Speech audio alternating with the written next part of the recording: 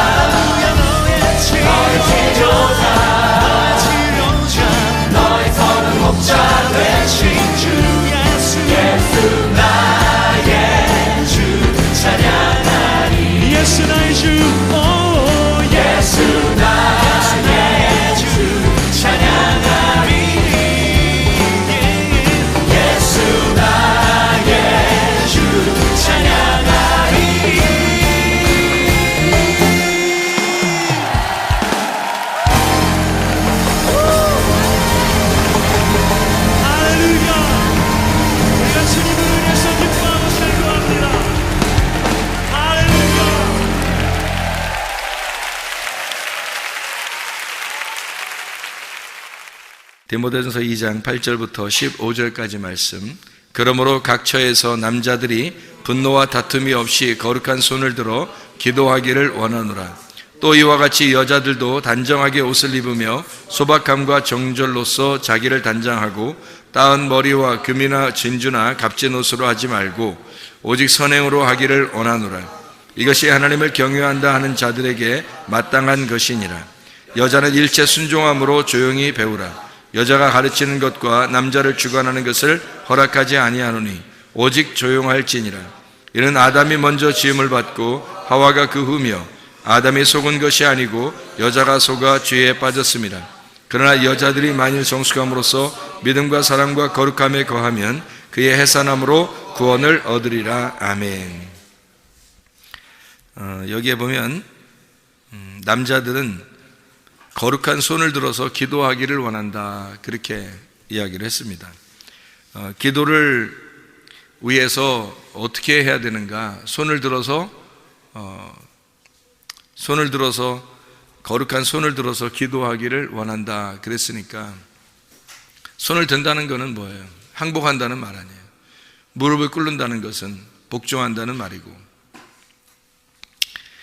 기도를 위해서 어떤 삶이 우리가 필요하냐면 무덤에 들어가는 삶이 필요한 거예요. 무덤에 들어가는 삶. 사람이 아기가 이렇게 낳잖아요. 아기 나면 아기가 처음에 어디로 들어가요? 아기가 뱃속에 들어가요. 아기가 잉태됐다 이 말이에요. 그럼 그 안에서 몇 달 동안 훈련을 받아요. 10달 동안 훈련을 받아요. 아기가 태어났네. 태어나면 가만히 있어요? 아니면은 유치원도 들어가고 학교도 들어가요?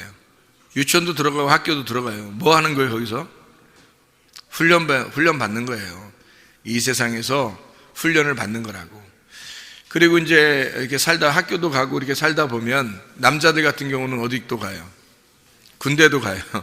군대도 가요. 남자나 여자나 이제 좀 크게 되면 뭐 이제 둘이 어떻게 해요? 결혼도 하고 그래요. 이게 다 뭐 하는 거예요, 이게? 왜 이런 과정들을 다 이렇게 둔 거야? 그 다 훈련하라고 그러는 거예요. 서로를 훈련하려고 그렇게 하는 거거든요. 그러면 결혼도 하고 또 교회도 나와요, 또. 교회 뭐, 이렇게 어릴 때부터 교회 다니는 사람들 있고, 나이 먹어서 교회 나오는 사람들도 있고, 교회도 나와요. 교회 뭐 하는 거예요, 교회에서? 훈련하는 거예요. 이렇게 훈련한다고 이렇게. 그러다가 이제 우리가 살다가 또 나중에 어떻게 돼? 나이가 먹고 아니면 뭐 이렇게 늙고 그러면은 죽어요. 죽으면 어떻게 끝나는 거예요? 아니면 진짜 무덤에 들어가는 거예요? 진짜 무덤에 들어가는 거예요. 그게 이제 뭐 하러 들어가는 거예요? 훈련하러 들어가는 거예요. 그러니까 우리가 사실은 다 모든 이 태어나면서 죽는 때까지의 어떤 과정이 다 훈련이에요. 훈련. 그러니까 하나님이 뭐 하기를 위해서 우리를 어떻게 하려고 훈련하시는 거예요? 거룩하게 만들려고 훈련하는 거예요. 그러니까 태어날 때부터 엄마 뱃속에서부터 또 학교에 들어가고 뭐 군대를 가고 결혼하고 뭐 교회를 다니고 죽고 다 모든 게 하나님께서 우리를 만들어 나가시는데, 어떻게 만들어 나가시냐면 거룩하게 만들려고 만들어 나가시는 거예요. 목적이 뭐냐면 거룩함이에요. 그러니까 너희가 두 손을 높이 들고 하나님 앞에 기도하라, 그 말은 어떻게? 거룩하게 만들어, 거룩한 손을 들어 기도하라는 거예요. 하나님은 그 기도가 왜 하는 거냐면 너희의 거룩을 위해서라는 거지. 너희가 두 손 높이 들고 기도하라, 그 거룩한 손을 들어라 이거예요. 왜냐하면 그 거룩이 목적이니까. 너희 자신들이 꼭 그런 표현만 해서가 아니라 너희 자체가 기도하는 그 삶이 거룩한 삶이라는 거예요. 그래서 기도하라는 거예요. 두 손을 높이 들고 무릎을 꿇고 기도하는 것은 우리의 태도가 하나님 앞에 바르게 정결한 태도가 되는 거죠. 하나님 우리를 보실 때 겸손한 태도를 갖고 하나님 앞에 기도하는 것이다. 하나님께 복종하겠습니다, 하나님께 항복하겠습니다 하고 하나님의 그 거룩한 목적에 내가 순종하겠습니다, 그러면서 기도하는 거죠. 그러니까 이런 기도를 통해서 이렇게 살게 되면 하나님께서 우리를 정결한 그 신부로서 만들어 주시겠죠, 그죠?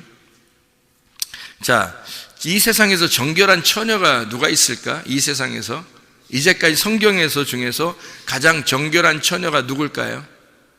성경에서 처녀 중에 가장 정결한 처녀가 누굴까? 마리아겠죠? 왜 마리아가 정결한 처녀예요? 마리아가 가장 정결한 처녀예요. 왜 정결한 처녀냐면 예수님을 잉태했잖아요. 예수님을 임신했잖아. 그러니까 예수님을 임신한 게 뭐 그렇게 정결한 처녀예요? 그게? 왜 그러지? 이런 말 들어봤어요? 왜 그 여자가 건강이 안 좋으면 아기를 낳으면 여자가 갑자기 건강해질 수 있다 뭐 이런 얘기도 들어봤죠. 근데 이게 성경적으로 어떤 이야기냐면 예수님이 마리아 뱃속에 잉태가 됐단 말이에요. 성령에 의해서 잉태가 됐단 말이에요. 그러면 예수님이 들어온 것은 결국에는 누구의 씨예요?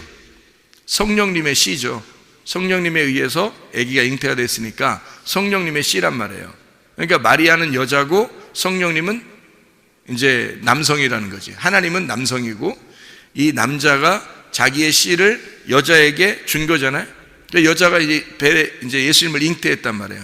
이 세상에서 가장 정결한 처녀가 마리아예요. 왜 마리아가 가장 정결한 처녀인지 생각을 해보세요, 여러분. 이 마리아는 죄인이에요, 아니에요? 죄인이죠. 마리아도 죄인이에요. 그러니까 예수님이 마리아에게 잉태된다는 것은 말씀이 육신 안에 잉태된다, 그런 말이 마찬가지죠. 말씀이 육신을 입고 왔다. 그래서 예수님이 마리아를 입고 들어온 거죠. 그러면 이제 마리아가 옷과 같은 거고 예수님이 그 옷을 입은 거지, 마리아 뱃속에 들어가서. 그런데 이 배가 원래 마리아의 배는 더럽죠. 마리아의 배는 원래 정결하지 못하단 말이에요. 그런데 예수님이 이 세상에서 하나님이니까 하나님의 아들이 이 마리아라고 하는 여자의 배를 갖다가 뱃속에 들어갔단 말이에요. 거기에서 10달 동안 이게 가득 찼단 말이에요. 가득 차가지고 여기 충만했다고요. 그죠?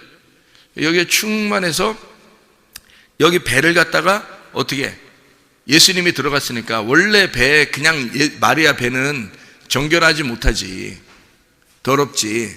그런데 예수님이 배에 들어가서 10달 동안 꽉 차니까 어떻게 돼?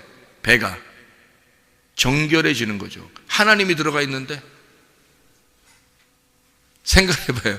그러니까 이 여자만큼 정결한 사람이 없다. 왜? 예수님을 잉태했으니까. 예수님이 이 배 속에 들어가서 이 더러운 배를 다 청소하고 예수님이 나오시는 거죠. 그러니까 우리 인간들은 인간 스스로는 아무도 정결한 사람이 없어요. 근데 유독 마리아라는 이 여자한테 예수님이 들어가서 그 배를 청소하고 나오셨다고요. 그 자신이 마리아 뱃속에 들어가서 완전히 꽉 차서 충만했다가 나오셨으니까 그 여자의 배를 완전히 깨끗하게 만들어 버렸다고요. 그러니 이 여자만큼 정결한 사람은 없는 거죠. 그러니까 예수를 잉태하고 예수를 해산했다는 것은 그 자체가 거룩한 것이고 축복이라는 거죠. 마리아만큼 정결한 사람이 없다. 그래서 디모데전서 2장 15절에 해산함으로 너희가 구원을 얻을 것이다.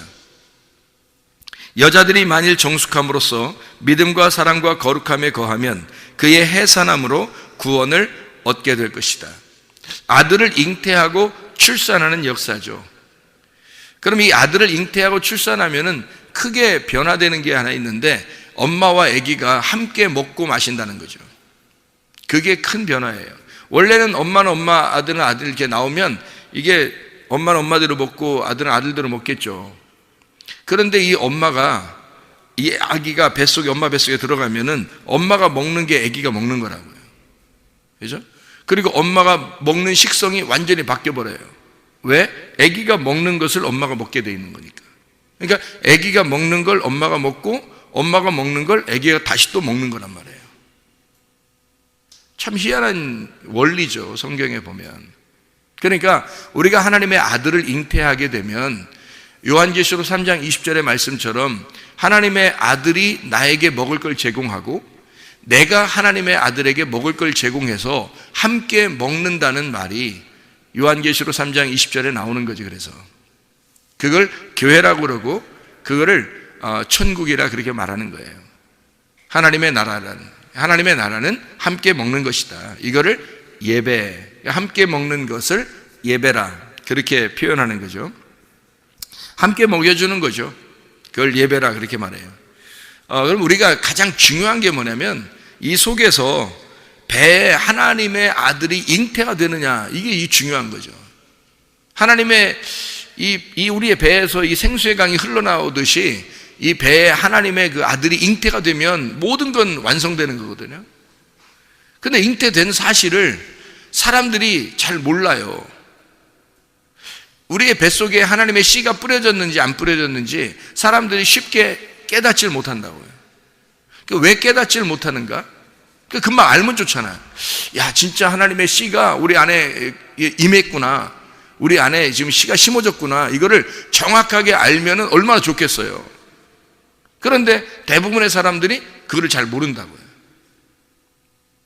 그럼 이 과정을 어떻게 하면 알 수가 있느냐는 거죠. 어떻게 하면. 여러분, 어떤 과정을 통해야 이거를 알 수 있겠어요?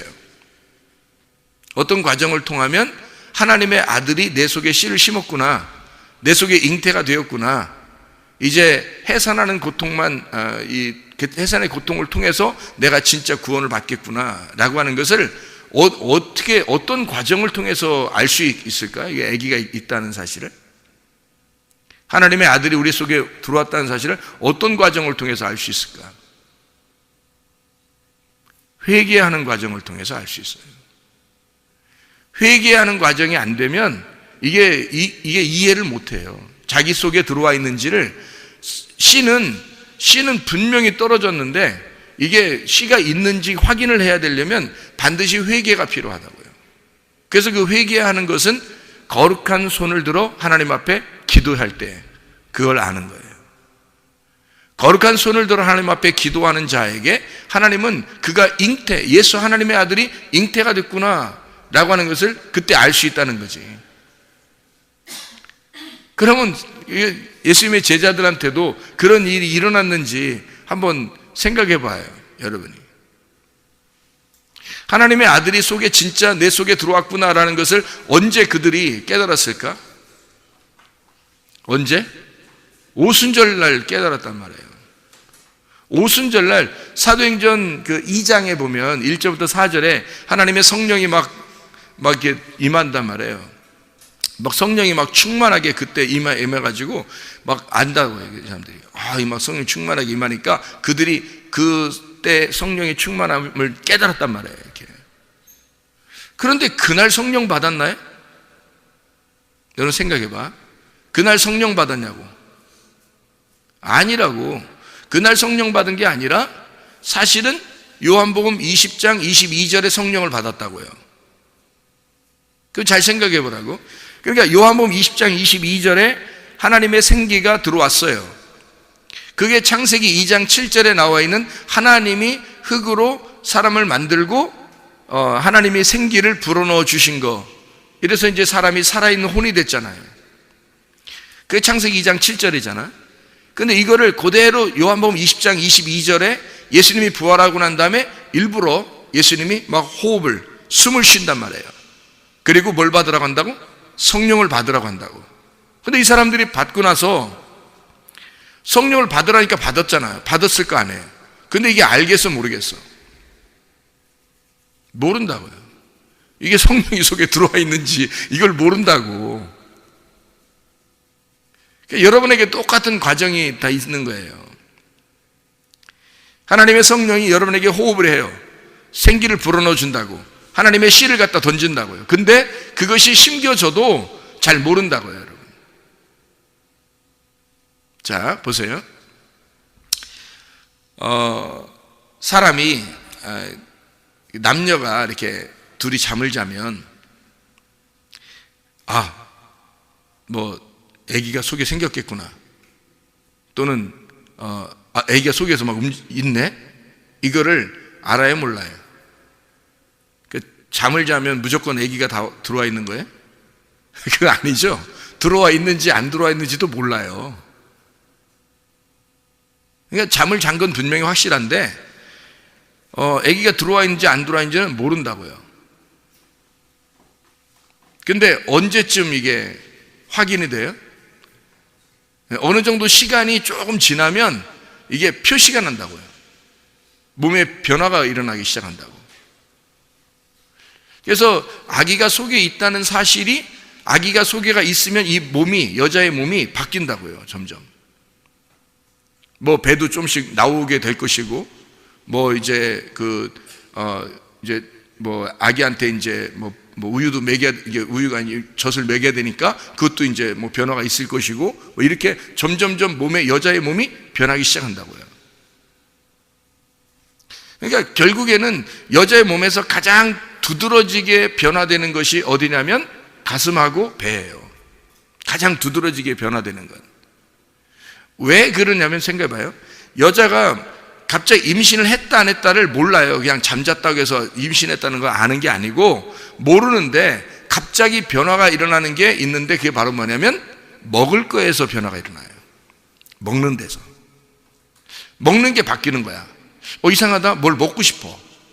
근데 자기가 좋아하는 게 아닌데 이상하게 막 먹고 싶어져. 생뚱맞은 게 막 갑자기 막 먹고 싶어져요. 겨울에 수박을 먹고 싶다고 하질 않나? 뭐 여름인데 뭐 겨울 과일, 뭐 여름인데 뭐 귤을 먹고 싶다고 하질 않나? 뭐 이렇게 갑자기 몸에 변화가 일어나면서, 고기를 안 먹던 사람이 고기 먹고 싶다 그러고, 채소를 안 먹던 사람이 갑자기 채소를 먹고 싶다 그러고, 뭐 이렇게 바뀌는 거예요.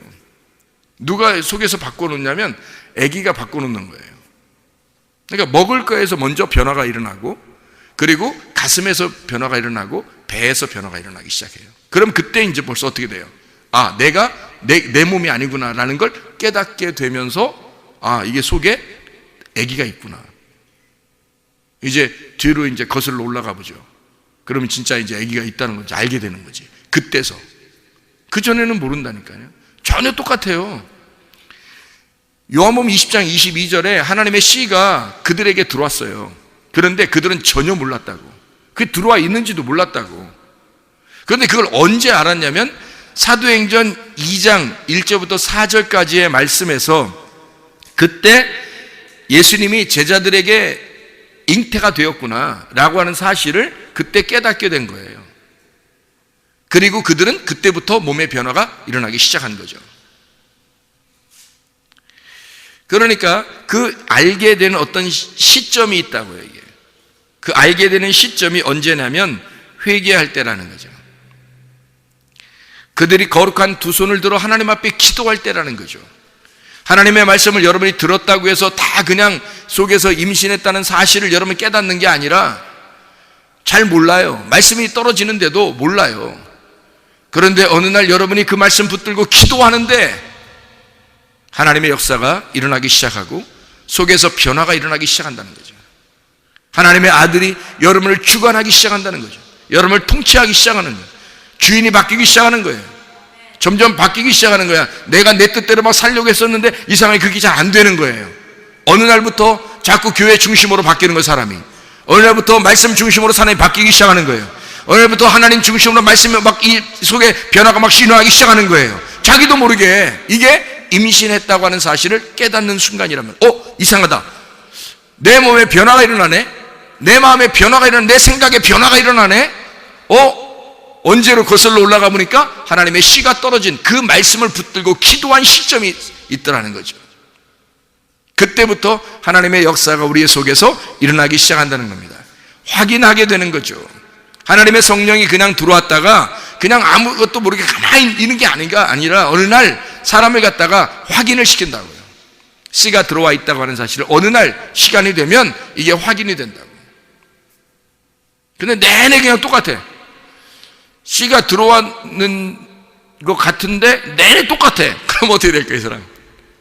씨가 들어온 줄 착각한 거죠. 임신 안 된 거죠. 그러니까 성경에서는 우리에게 잉태하는 그 고통을 통해서, 출산의, 해산의 고통이 나오는 거예요. 잉태가 돼야 해산이 나오는 거지. 하나님의 아들이 내 속에 잉태가 돼야 하나님의 아들이 출산이 되죠. 하나님의 아들이 출산하면 이 여자가 어떻게 되는 줄 알아요? 완전해지는 거예요. 거룩한 여자가 되는 거예요. 왜? 나는 부정했는데 하나님의 씨가 내 속에 들어와서 나를 정결하게 내 배를 싹 훑어서 내 배를 다 청소해서 나오게 되니까, 그러니까 나는 정결한 배가 되는 거죠. 하나님의 성령이 내 속에서 주관하는 정결한 배가 되는 거라고. 그러니까 정결한 사람이 되는 거예요. 그러니까 마리아가 되는 거지. 한마디로 순결한, 그 정결한 마리아가 되는 거죠, 하나님 앞에. 그러니까 이 씨를 전달받는 자가 누구냐? 여자예요. 땅입니다. 그죠? 씨를 전달하는 자는 남자예요. 예수님이에요.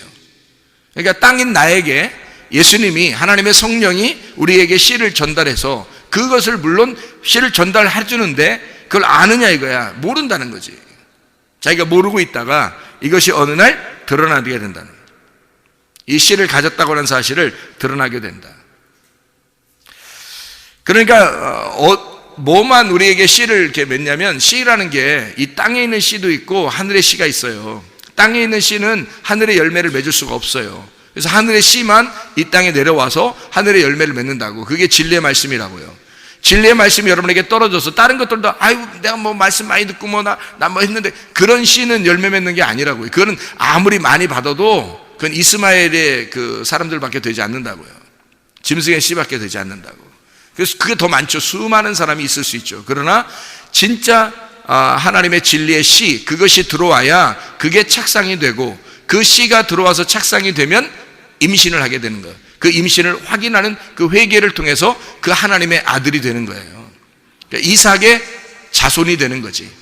아브라함과 이삭과 야곱의 자손, 우리도 하나님의 아들들이 된다는 얘기예요. 그렇게 돼요. 그래서 이 속에 예수님이 잉태했다가 이 속에서 출산하면 나는 거룩한 정결한 여자가 되니까 하나님의 사람인 거죠. 그게 신부예요. 그게 그리스도의 신부. 왜? 신부라는 건 뭐예요? 원래 처녀였는데 처녀는 정결한 게 아니거든요. 부정하단 말이에요. 근데 처녀 중에 모든 부정한데 우리가 하나님의 아들이 들어왔다가 이게 여기서 배를 다 훑어서 나갔단 말이에요. 그래서 이 배가 깨끗해졌어. 그래서 나는 누구의 씨를 받았던 사람이에요? 예수의 씨를, 그 신랑의 씨를 받았던 사람이라나?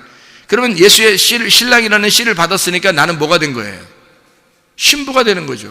그러니까 처녀가 하나님의 아들의 씨를 받았으니까 신부가 되는 거예요.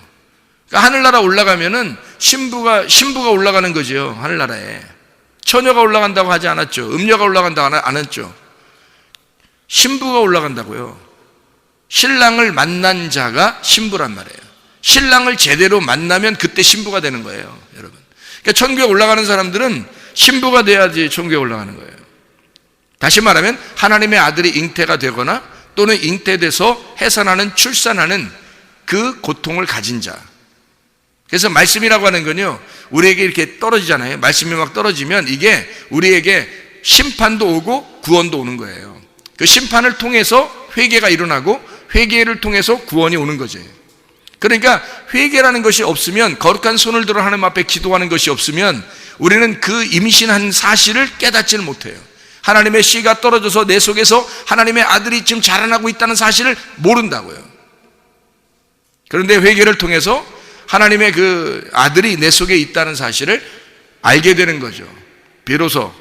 그래서 하나님의 그 심판과 구원의 말씀이 위로부터 비가 내리듯이 막 떨어진다고. 그게 이른 비와 늦은 비예요. 이른 비와 늦은 비. 그래서 늦은 비가 언제 일어나면 봄에 일어나죠. 그게 오순절이라고요. 그게 성령 충만이란 말이에요. 그러니까 이른 비, 늦은 비가 있는데 그 늦은 비는 언제 일어나요? 봄에 일어나고, 이른 비는 가을에 일어나요. 예수님의 오시는 탄생의 얘기예요. 그러니까 예수님이 오실 때 그 오심도 이 땅에 오시는 거잖아요. 씨가 내렸다. 근데 그거를 사람들이 다 알았나요? 모르죠. 다 모르죠. 왜냐하면 예수님이 오셨어도 모르는 거예요. 씨가 떨어졌는데도 모르는 거야. 땅에 씨가 떨어졌는데도 몰라요. 왜? 어떻게 하면 알아요? 회개해야 안다니까. 자기가 완전히 돌아서야 아는 거예요.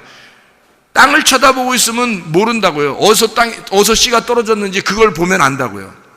그 시점을 봐야지만이 안다고. 그래서 회개라고 하는 건 내가 나를 돌이키는 거예요, 하나님 앞에. 하나님으로부터 내가 떨어져 있는데 하나님의 마음에 내가 돌이키는 거.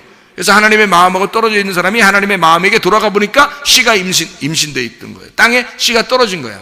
예수 그리스도가 이 땅에 오신 거예요. 근데 예수 그리스도가 오셔가지고 언제 확인이 돼? 우리가 오순절 때 확인한다니까요. 제자들도 예수님을 만나서 처음에 예수님 만나서 예수님과 함께 따라다녔죠. 알았어요? 몰랐어요? 잘 몰라요. 그렇게 따라다녀도 잘 모른다고. 그리고 예수님이 부활하고 난 다음에 생기를 이제 불어넣어 준다고요.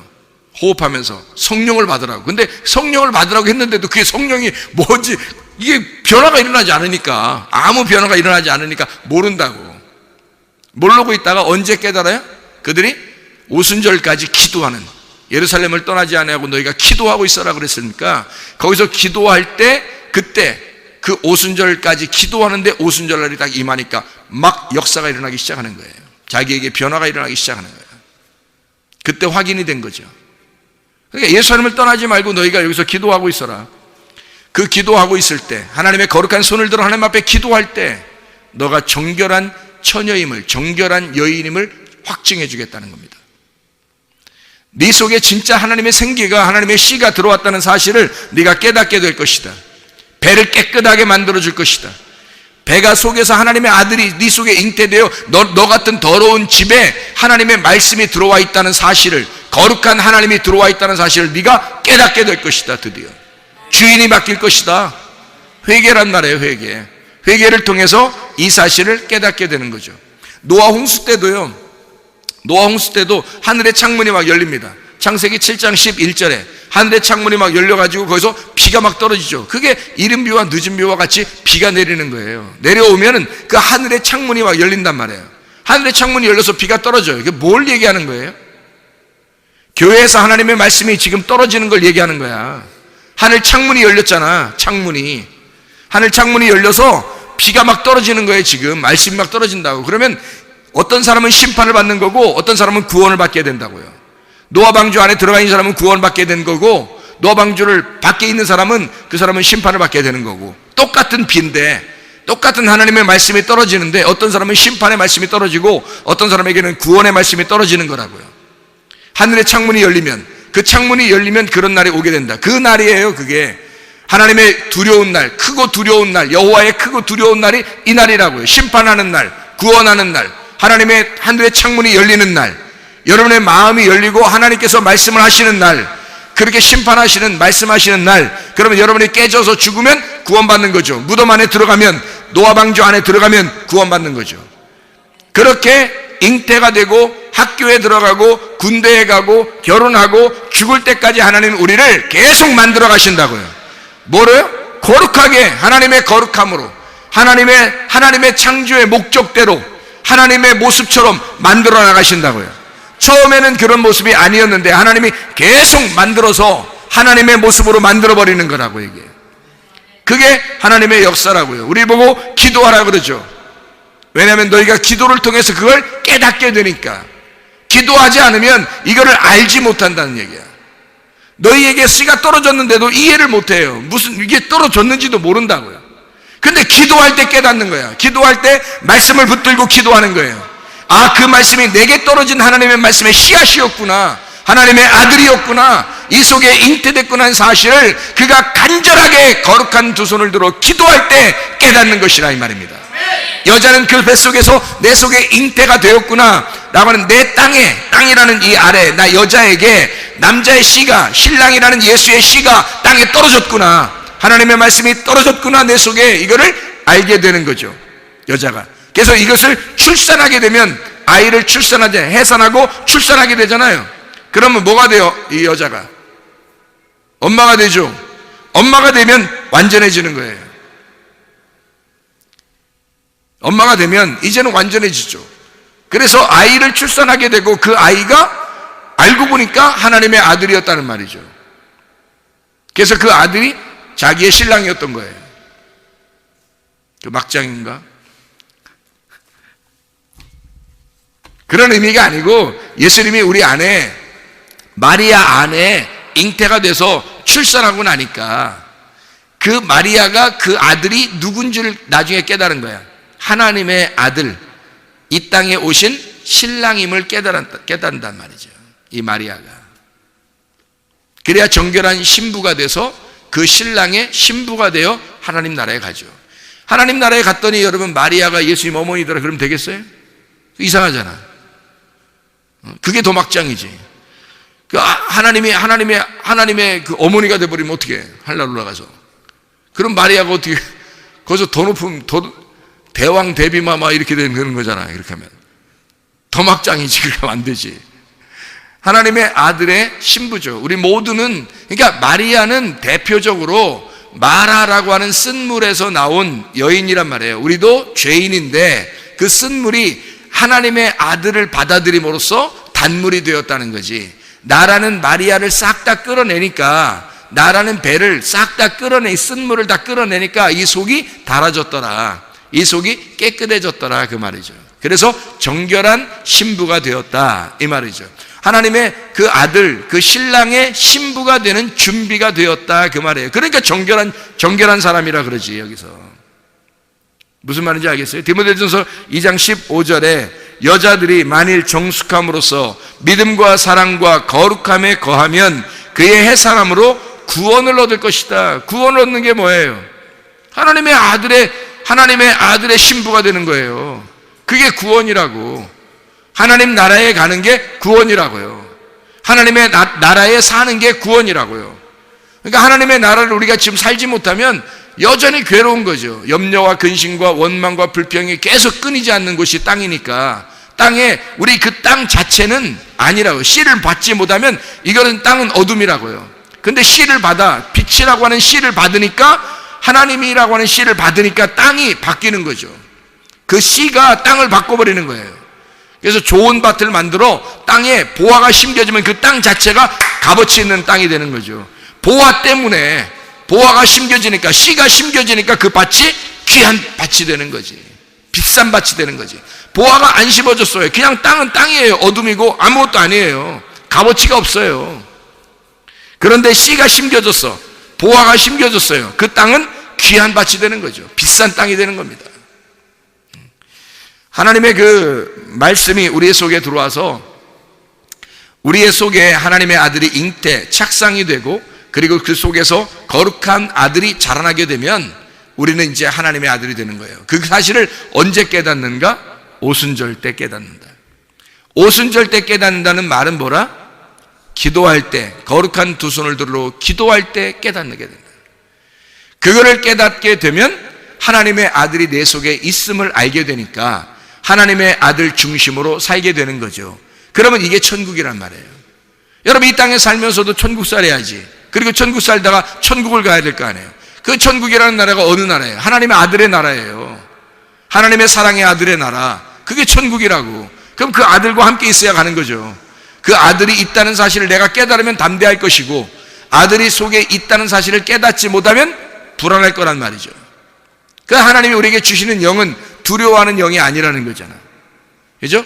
하나님의 아들이 오시는 그 하나님의 아들의 그 영은 두려워하는 영이 아니에요. 능력과 사랑과 절제하는 영이죠. 하나님 우리를 통치하시고 컨트롤하는 하나님의 계획, 그런 영이란 말이에요. 두려워하는 영이 아니라고요. 그러니까 세상에 어떠한 일이 벌어져도 하나님의 아들이 내 속에서 착상이 되고 그 속에서 하나님의 아들이 자라나기 시작하면, 그 사실을 깨닫게만 되면, 언제? 오순절에. 여러분의 속에 오순절이 임해야 된다고. 하나님의 그 오순절이, 왜냐하면 하나님의 말씀이 예수님이 호흡을 해서 딱 호흡을 했는데 그냥 생기가 들어왔다고 그냥 다 아는 게 아니라니까. 그날 아는 게 아니에요. 요한복음 20장 22절에 보면 그때부터 사도행전 2장에 있는 때까지 기간이 남아있어요. 그때까지는 몰랐다고, 제자들이. 그 자기들 속에 뭐가 있는지 확인을 못했다고요. 근데 사도행전 2장이 딱 되니까 하나님의 성령이 막 역사하심을 깨달았다고요. 그때. 그날 확실히 자기 속에 하나님의 아들이 있다는 사실을 깨닫게 된. 그러니까 담대하지. 이제 그때부터 하나님의 아들이 나와 함께 있구나라는 걸 담대하게 되죠. 하나님의 그때 예수가 내게 호흡을 주신 그 말씀이 내 속에 하나님의 아들이 잉태된 하나님의 아들과 내가 함께 있구나라는 그 사실을 깨닫게 된 거죠. 그날 오순절날 깨닫게 된 것입니다. 뭐 할 때? 거룩한 두 손을 들어 기도할 때 이 사람이 깨닫게 된다는 거지.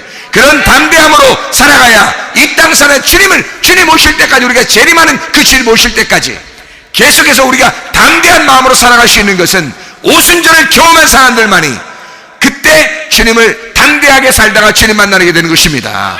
오순절이 여러분 속에 임하시기를 바랍니다. 기도하겠습니다. 우리 하나님 아버지 사랑과 은혜를 감사합니다. 하나님, 예수 그리스도의 말씀이 늘 우리에게 떨어지지만, 그 씨가 늘 떨어지지만, 그 생기가 늘 우리에게 들어오지만, 하나님의 아들이 늘 우리에게 들어와 계시지만, 그러나 우리가 깨닫지를 못하고 있을 때가 얼마나 많은지 모릅니다. 하나님, 오순절이, 하나님의 성령의 오순절이 우리에게 임하게 하셔서 하나님의 성령으로 충만한 시간들을 살다가 주님 만나게 도와 주시옵소서. 예수 그리스도 주님을 경험하다가 주님 만나게 도와 주시옵소서. 천국을 살다가 주님 만나게 도와 주시옵소서. 예수 그리스도 존귀하신 이름 받들어 기도 올리옵나이다. 아멘.